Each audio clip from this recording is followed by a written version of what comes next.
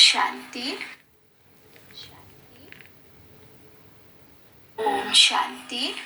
आज की मुरली में बाबा ने कहा, फर्स्ट पॉइंट है, एक ईश्वर की मत ही है श्रेष्ठ मत, जिस पर चलकर ही तुम सच्चा सोना बनेंगे।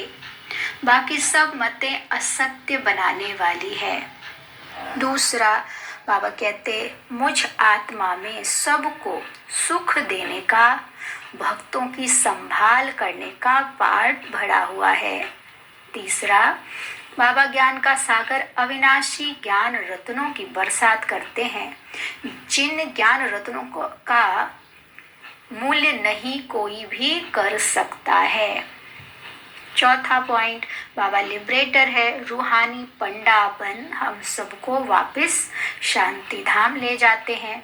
यह सब बाबा का पाठ है। वो कभी किसी को दुख नहीं देते, इसलिए उन्हें सब आंखों पर रखते हैं। पांचवा, रावण सबको दुख देता है, इसलिए उसका एफिजी बनाकर जलाते हैं। छठा पॉइंट, ओम का अर्थ है अहम आत्मा, जो कि बाबा ने समझा दिया है, परंतु पंडितों से पूछने से वो इसका अर्थ बहुत लंबा चौड़ा बताते हैं। वो भी असत्य, सत्य तो बाप है, और वो जो सुनाते हैं वो बिल्कुल सत्य है। सातवां, सत्य बाप सत्य खंड राम राज्य की स्थापना करते हैं, परंतु रावण है असत्य, तो वो झूठ खंड रावण राज्य की स्थापना करता है। आठवां, सबसे श्रेष्ठ तो है ही परम पिता परमात्मा, जो रहते भी हैं ऊंचते ऊंच। नौवां है, भक्त श्रीमत को याद भी करते हैं, तो इसका मतलब है जरूर कोई आसुरी मत भी है, तभी दुख में भगवान को सब याद करते हैं। बाबा कहते कि अब अति का समय है, इसलिए दुखों के पहाड़ गिरने वाले हैं, महाभारी लड़ाई लगेगी। यह है दुखों का पहाड़ मनुष्यों के लिए। 10वां पॉइंट, बाबा कहते तुम बच्चों के लिए सुख का पहाड़ है, दुख के बाद सुख जरूर आना ही है। हम बच्चों के लिए ही महाभारी लड़ाई के बाद स्वर्ग के गेट खुलने हैं। महाभारी लड़ाई ही हमें स्वर्ग के गेट तक ले जाएगा, उसके द्वारा ही हम जाएंगे। इस गेट से राजयोग सीखने वाले ही अंदर जा सकेंगे। 11वां, जो पिया ज्ञान सागर के साथ है, उनके लिए ही अविनाशी ज्ञान रत्नों की बरसात है।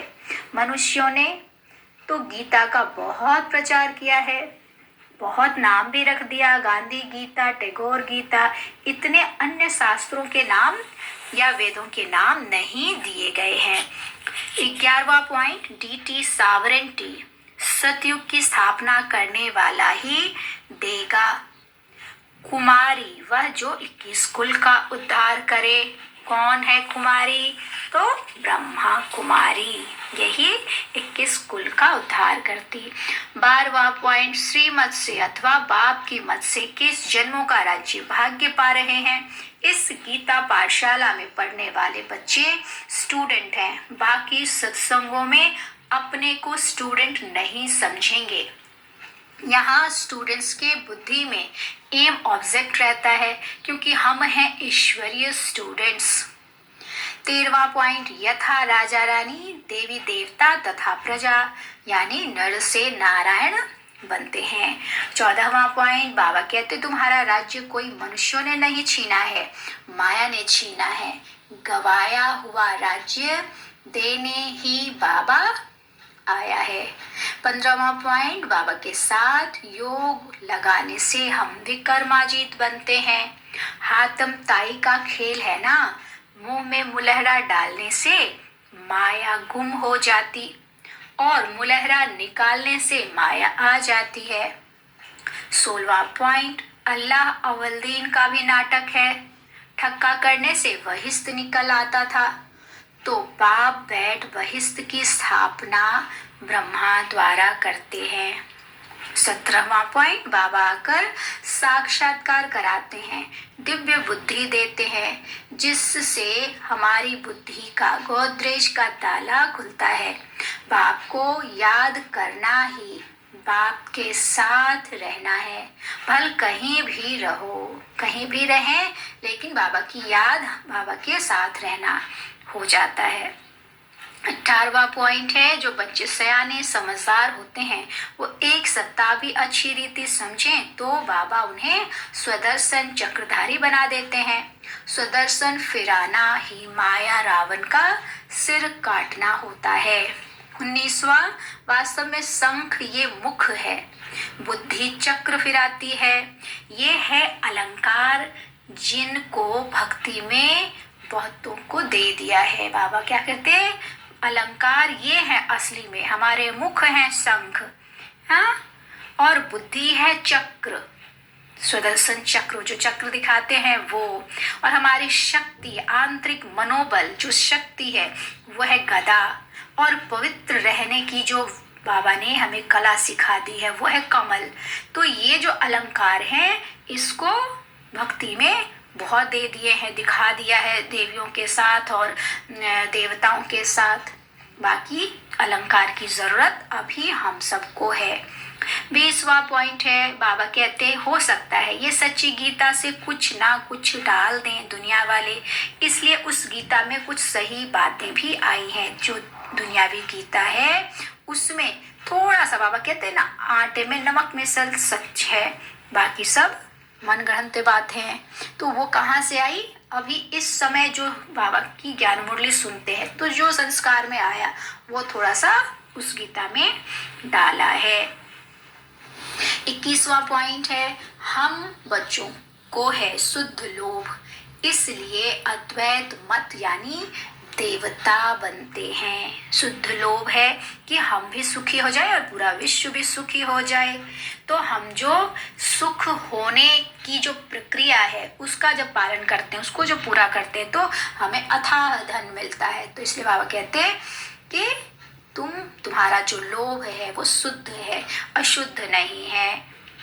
वहाँ जानवर भी नहीं लड़ते, यहाँ तो सब लड़ते झगड़ते रहते हैं। 22वां पॉइंट है, ये मंजिल बहुत बड़ी है, मोस्ट बिलवेड बाप है चुंबक, उस पर सुइयां खींचकर आ जाती हैं। जिन पर कट कम है, साफ सुई जल्दी खींच आएगी। 23वां पॉइंट है, देह सहित सब कुछ बाबा को बलि चढ़ाने वाले। बाबा कहे हम हैं फिलैंथ्रोपिस्ट, महादानी, सब कुछ ईश्वर को अर्पण करते हैं। पुराना कखपन, क्योंकि बाबा है करनी घोर, करनी घोर को सब कुछ देते हैं ना, मरते हैं तो स्मशान में। तो बाबा कहता मैं भी वही हूँ, तुम मुझे सारा सड़ा गला दे दो और तुम नया नया ले लो।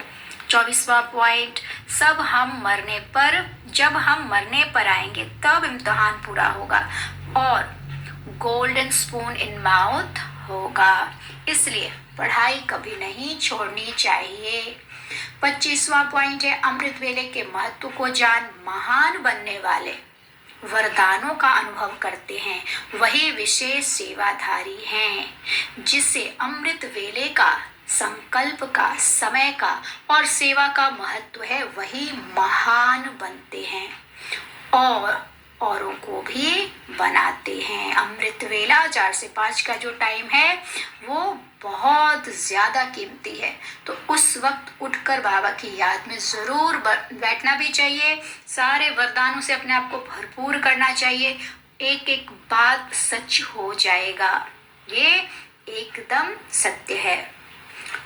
26वां लास्ट पॉइंट, जीवन की महानता सत्यता की शक्ति है, जिससे सर्व आत्माएं स्वतः झुकती हैं।